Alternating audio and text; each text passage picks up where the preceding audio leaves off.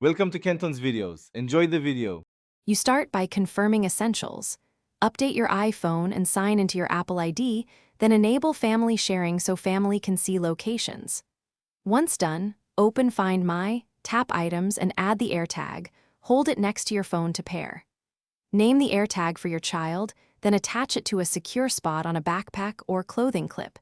That prevents accidental drops. Make sure to play the built-in sound to verify connectivity and to confirm the AirTag is discoverable.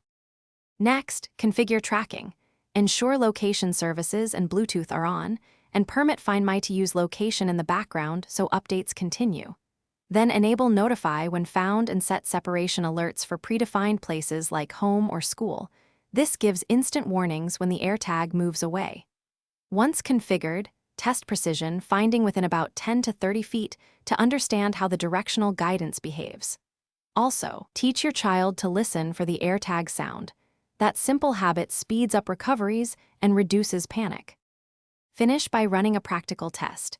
Take a short walk or simulate a bus drop-off so you can confirm live location updates and separation alerts work under real conditions. Make a habit of checking the AirTag battery in Find My, replace the CR2032 when it's low, and verify the holder remains secure. If something goes wrong, one key troubleshooting tip: check Bluetooth, location services, and the AirTag battery first. Then restart your phone and repair the tag if it still won't update. Thanks for watching. Consider subscribing if we helped you.